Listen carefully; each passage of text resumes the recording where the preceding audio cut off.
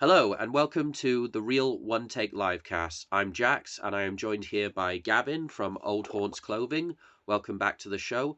If you're into horror clothing, alternative clothing, or black clothing, one of the independent businesses you should check out is Old Haunts Clothing.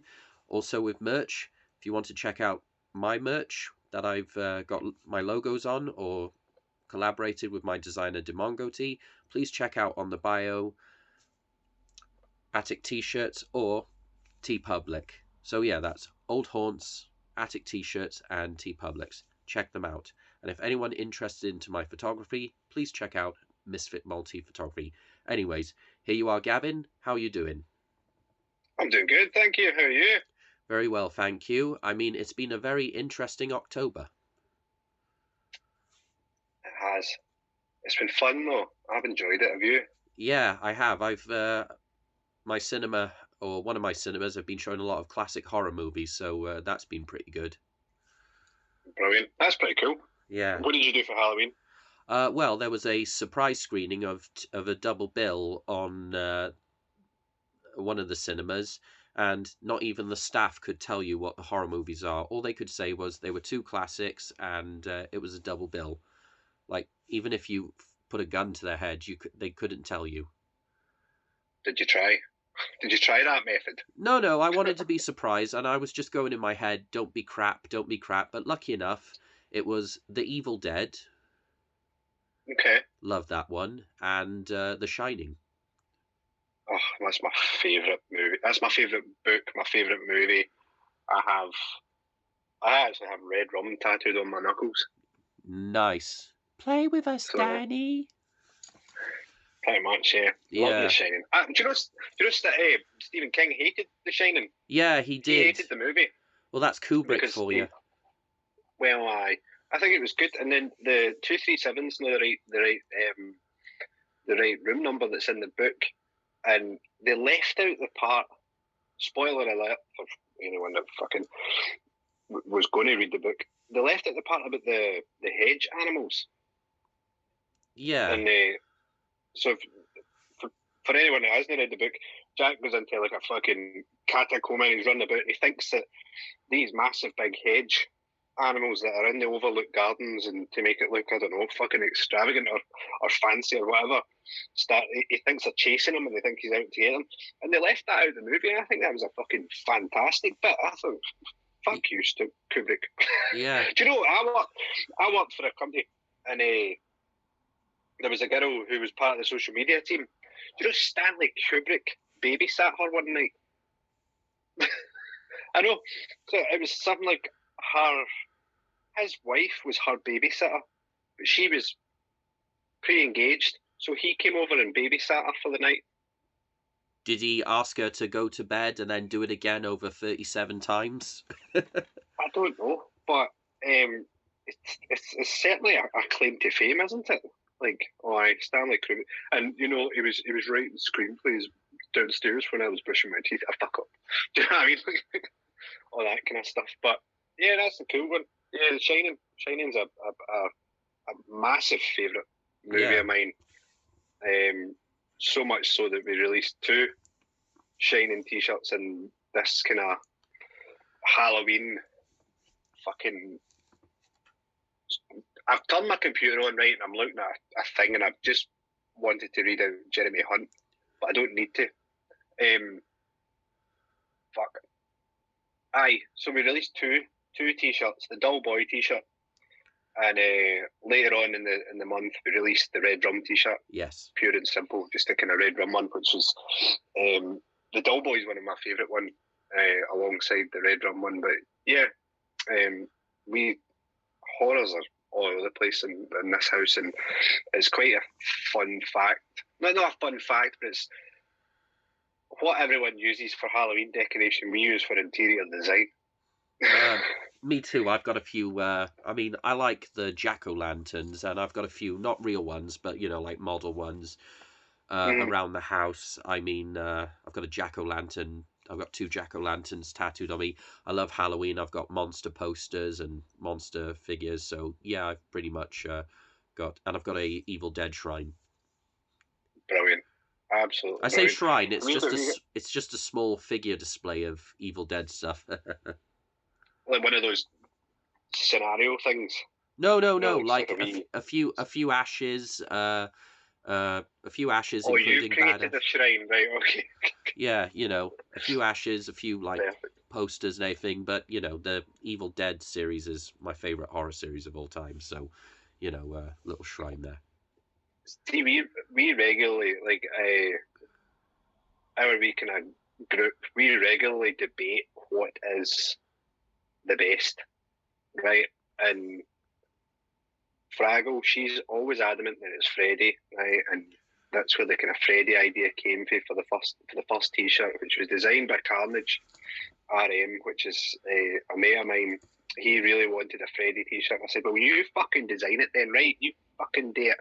And he did it, and it was always Freddy. Jason never gets a look in our debates, so he doesn't.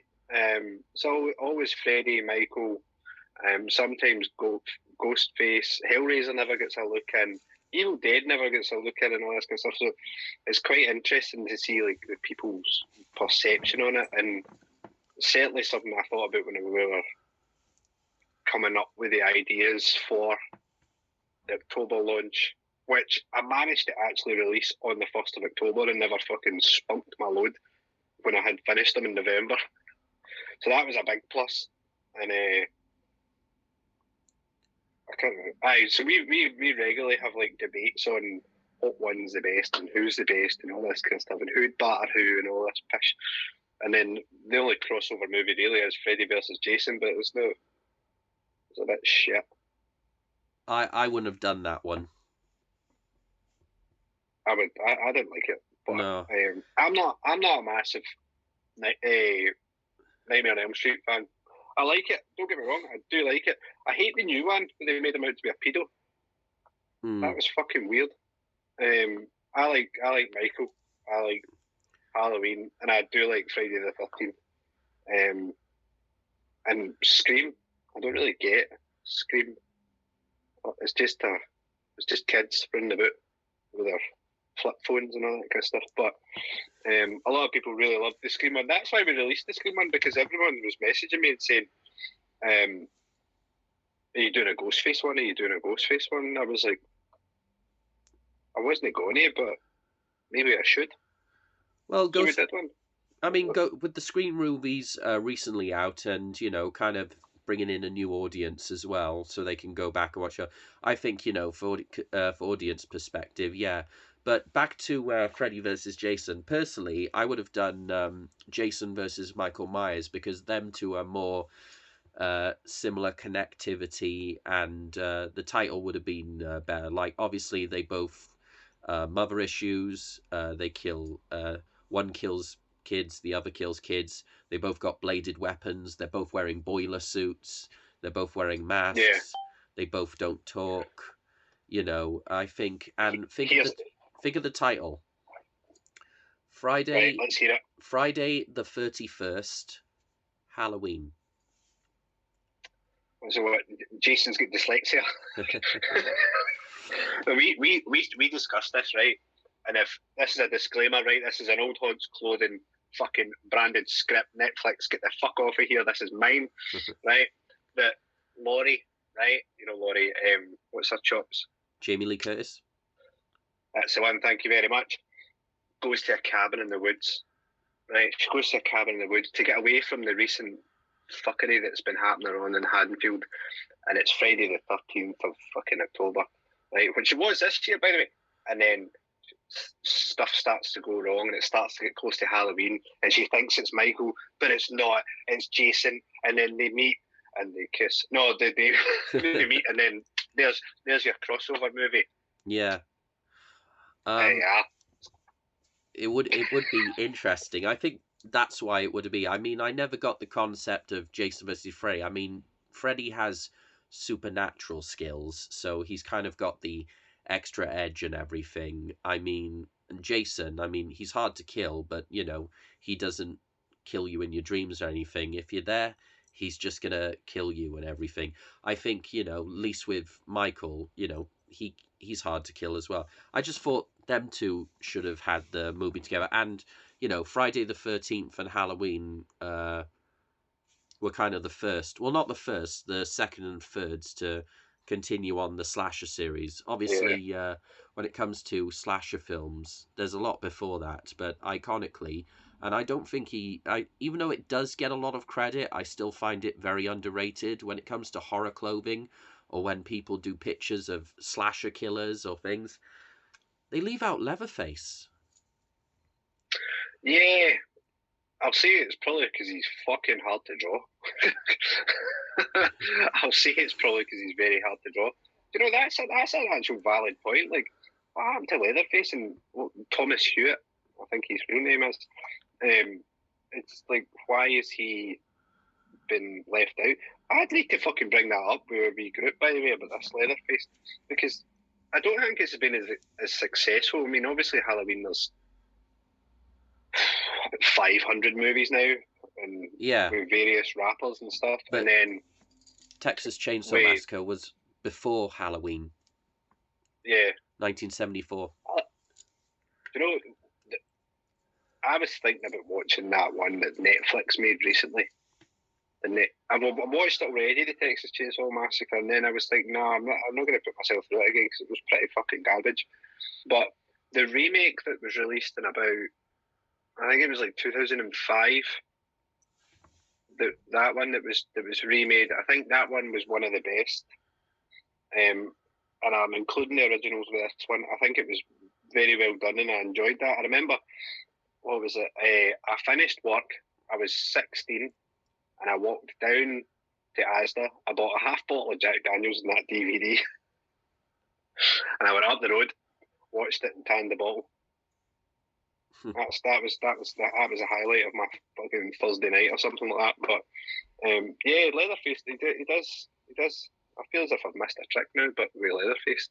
But yeah, I'd say that probably the most watched one in this house is Halloween. Yeah, contrary to popular opinion, I like the Rob Zombie versions. I am a fan of the Rob Zombie versions. I like them. I think they're quite dark, and I think they're very gorier.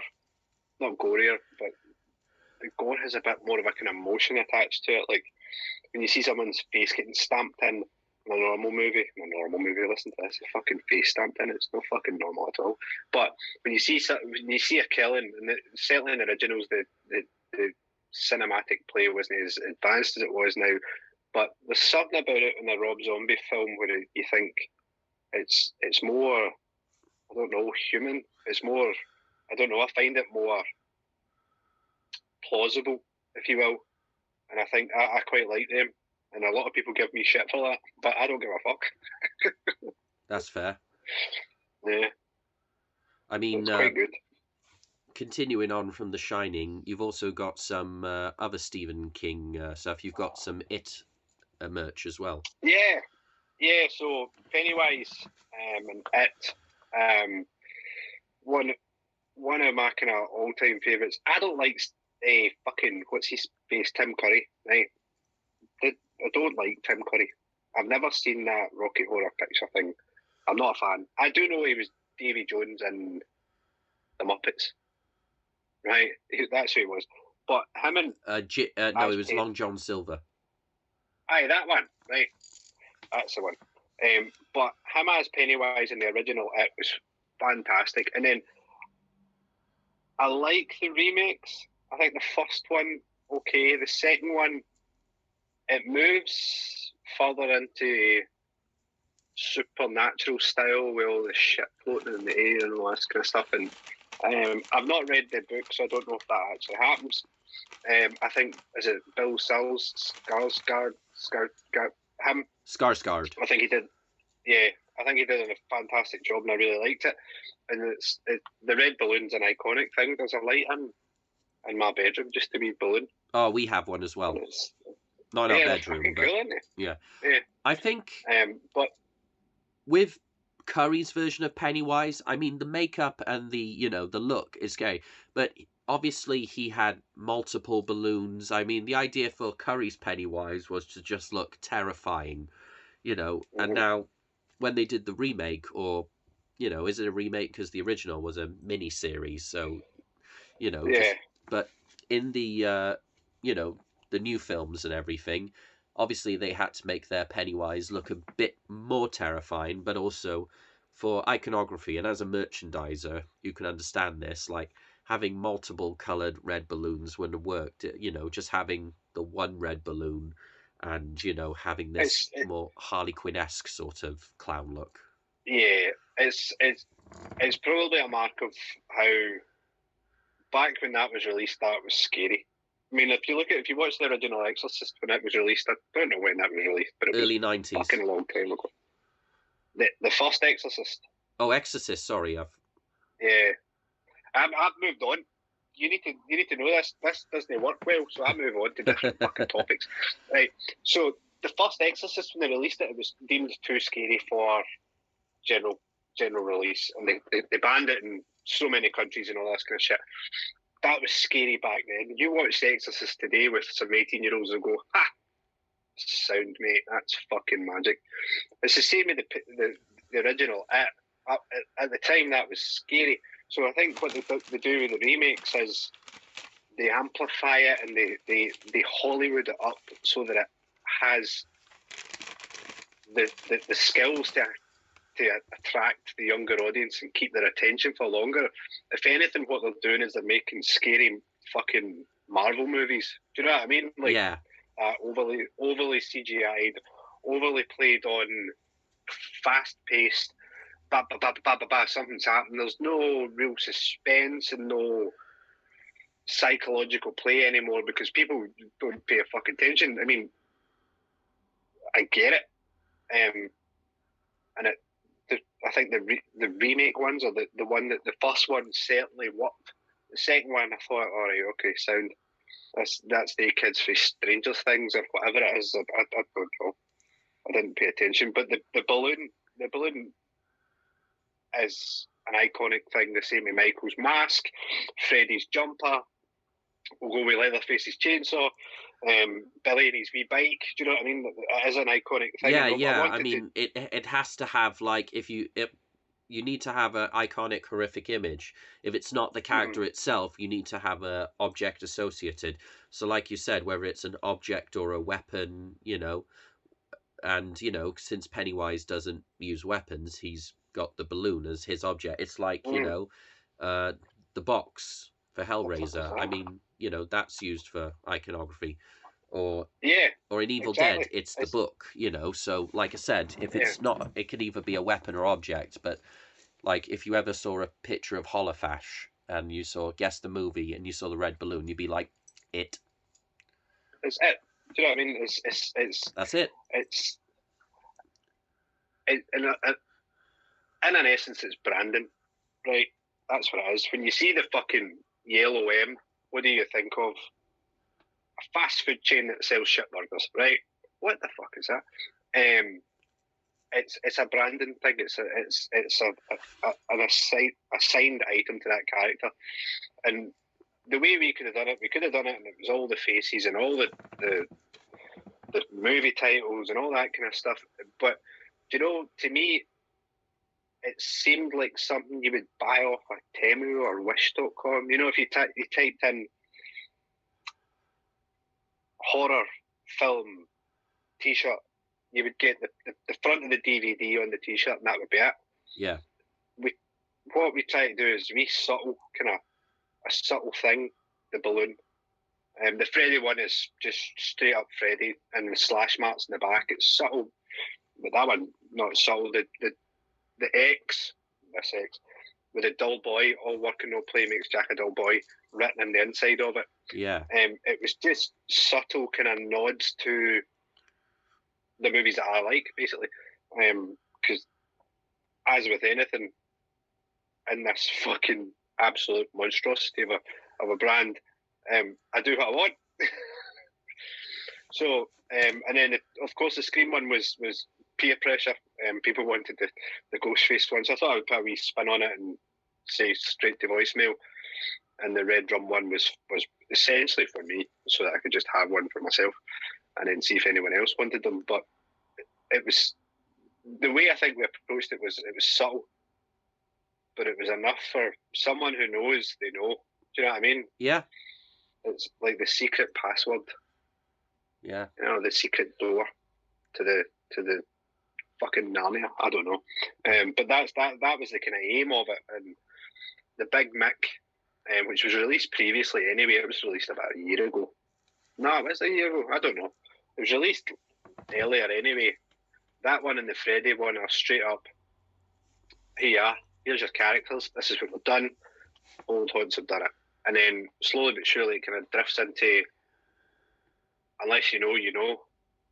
Unless you know, you don't fucking have a clue. Oh, they've released a fucking t-shirt with a balloon. I thought they were cutting edge and cool, man.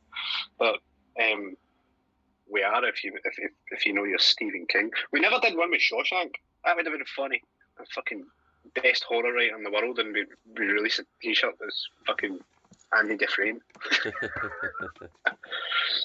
Did you know that was a Stephen King book? Yes, it was. Believe it or not, Stephen King movies and TV shows are a lot on television. I mean, The Running Man was a Stephen King based on Stephen, but that was under his pseudonym, Richard Bachman.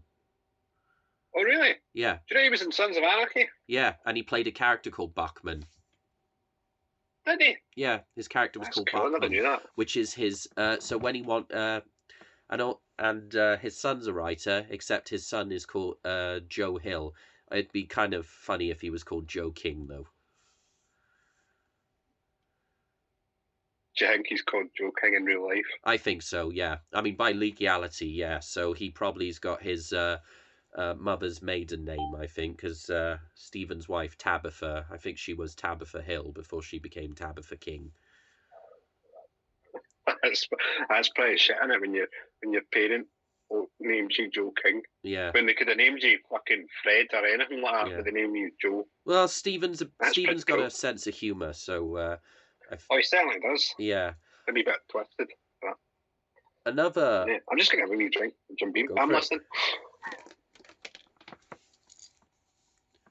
Another horror one, which I found delightful and hilarious as well, is your Screw Loose one with Karloff's Frankenstein.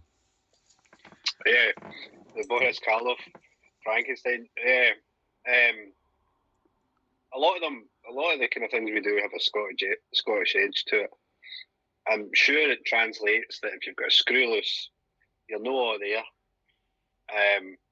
And the iconic photo. So, to further on, in my living room, there's a giant print of Boris Karloff's Bride of Frankenstein, and Frankenstein, being that that's me and my partner, and I've always wanted it on a t-shirt and all this kind of stuff. And then I thought, what if we do this? It was part of the kind of idea of a silhouette series where we did Billy Connolly.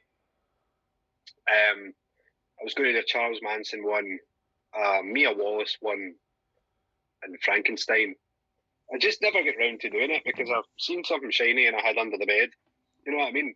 And so the Frankenstein one got pushed to come out in the Halloween one, and we had the vibrant green, which I'm sure certainly some of the older kind of prints and the artwork, it was obviously the original movie's black and white, but if you were to like Psycho, right? See how Psycho is black and white, but if you were to assign a colour in that movie, what colour would it be? It depends how you look at the black and white the clothing. Like when he's talking to her, like they're having snacks in the bird room. I can't remember what he was wearing, a blazer, wasn't he? Yeah. I think that would have been typical, like brown, hunting brown, because he was kind of like wearing this. Maybe I've not worded this correctly. If you were to add one colour into that movie, what colour would it be? Oh, red for the blood. Right, there we are. I said the question in a roundabout way that didn't make sense, but it'd obviously be red for the blood. And the idea behind the Frankenstein is Frankenstein was filmed in black and white as well. What colour would you add into that movie? Well, certainly when the monster's being created, there's all the fucking lights and the bubbles and shit. I think it's that electric neon green.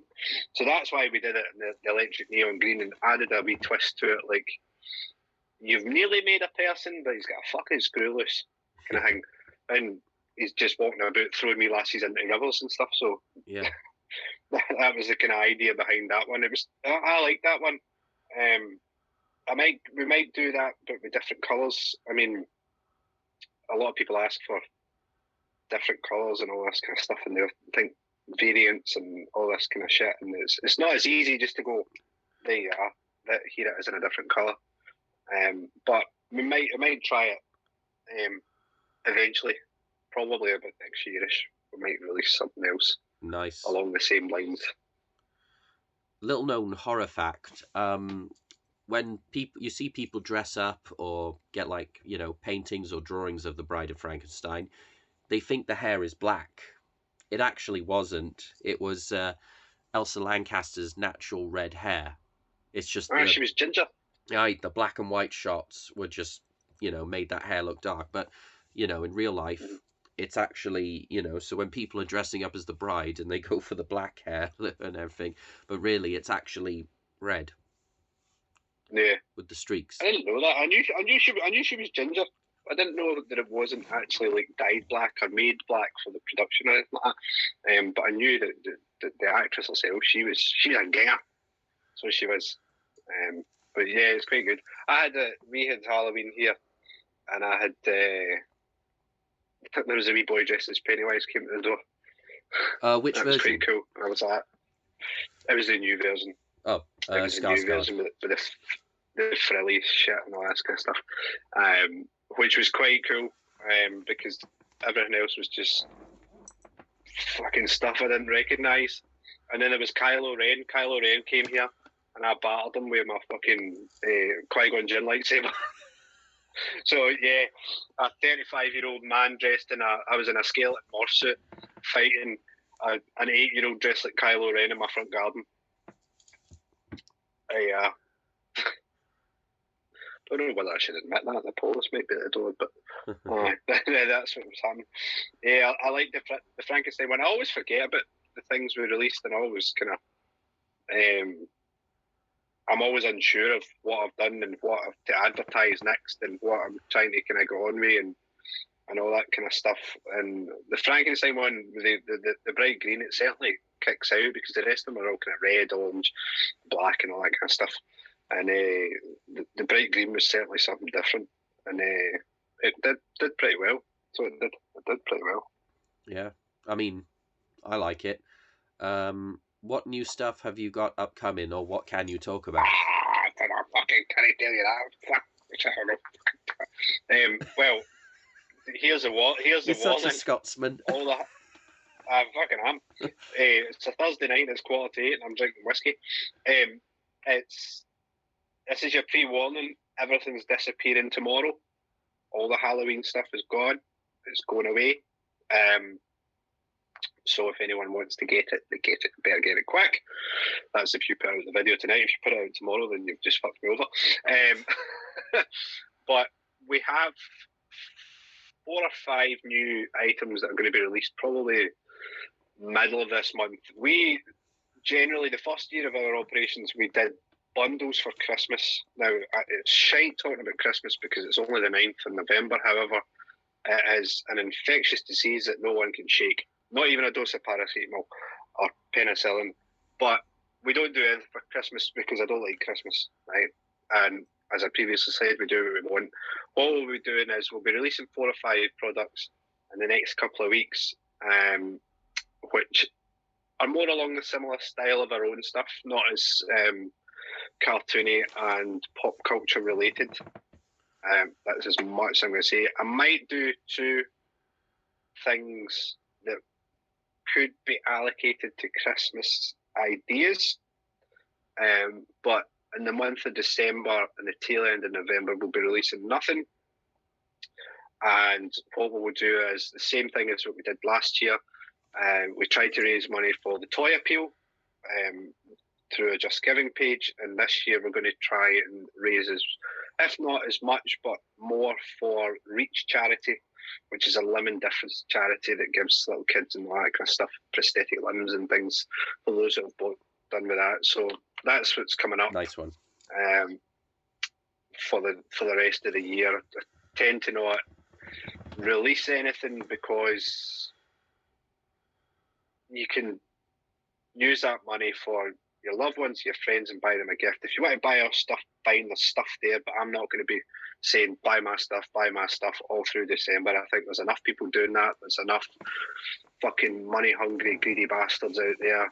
Certainly the supermarkets. I went into fucking Sainsbury's and it was Halloween, and the Halloween aisle was getting taken down, and there was 2 Christmas aisles up already.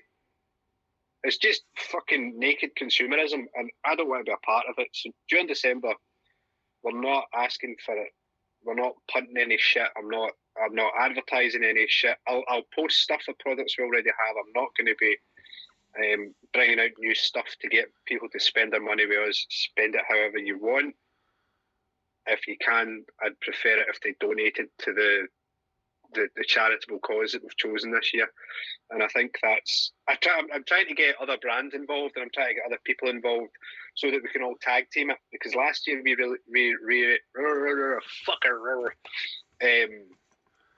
last year we raised, I think it was 380 quid for the Toy Appeal, which is buying toys for kids who don't have toys on Christmas. My thought process was, if I can get another 4 or 5 wee brands on board, we'll operate out the one Just Giving page, and we call it fucking Christmas or whatever we want to call it, and it's not one brand specific. And if we can each raise £200, £300 for this charity, that's a lot more. Do you know what I mean? Instead of just us doing it and try and get everyone else involved, so that we can have a mass. Think of the audience that Instagram will fucking annoy us with. Instagram might not let us get that reach, but we could essentially quadruple the return for the charity. So that's what I'm going to try and do. It's whether or not I can get like-minded folk on board and really push for it. But yeah, 4 or 5 things in the middle of November. That's really good to do. I mean, well done for that, and best of luck with that. That's all I can say. But I can understand putting away a range in order for the new one to come out. I mean, obviously they'll probably won't see that range again until next year, or whenever you're in the mood to figure out. I mean, pop culture's nice, but it's also nice to have your own independent stamp as well. I mean, not everyone wants to wear stuff with icons or familiarities in. They like to have some alternative wearers, or wearers in general like to wear stuff with maybe a little bit of originality, or like, I mean, your brand is it's your own brand, but I've also with other brands like Forgotten Sons, for example, and all the other clothing people I've interviewed as well. Oh, you've gone red. Yeah, as my PC went into sleep mode. It was. I couldn't just sit here and be red, because you wouldn't see me apart from my fucking shiny head. Yeah, it's just some, similar to some, ones I've interviewed in the past or plan on interviewing. Mm-hmm. They've got their own stamp on, their own symbol, their own sort of, thing, which is really good, Yeah, I think it's important to have your brand identity. It's why during Halloween time, there's the icons and all this kind of stuff that you can use. But you need to remember your brand identity. Like I said, you can go into Wish.com or one of these fucking sites, or Primark was selling Nightmare on Elm Street and stuff. And it's mass-produced shite in my eyes, right? I think I've had a rant or two about this. It's mass-produced stuff. It's made in a sweatshop, and it's all this pish. But the icons in the Halloween, it's a no-brainer, right? but you need to have your own brand identity for them. Otherwise, you just fall into the likes of Tesco selling a Texas Chainsaw Massacre T-shirt and all this kind of stuff. I'm not saying anything against it. However, if you want an Old Haunts T-shirt, you go for an Old Haunts T-shirt. If you want a Forgotten Sons or Dead Angry and all these kind of awesome wee brands, you go for it because they have that own style. It's not mass produced. They do decent amounts of numbers and stuff like that, but it's not, blue chip fucking shipping containers filled with the same T-shirt, and it's got a personality to it. I think a lot of the wee brands, the small, I shouldn't say wee brands because they're probably bigger than me, but it's a personality to it. There's a style behind it, whereas you need to remember your brand identity and certainly getting back to that and sticking to that is something that I think stands out. I mean, what is it, that fucking Balenciaga pish, man? They're selling a bin bag for $5,000. It's a dress, but it's essentially a bin bag for $5,000. Now, fair play to you. If your brand can pull that off, then fair fucking play to you. And it's your brand identity. But it's that kind of thing that brands need to stick to and not just follow where the money might be. Do you know what I mean? Like, just putting the DVD cover for, I don't know, like Hellraiser or whatever, or Alien on a T-shirt and then putting something there.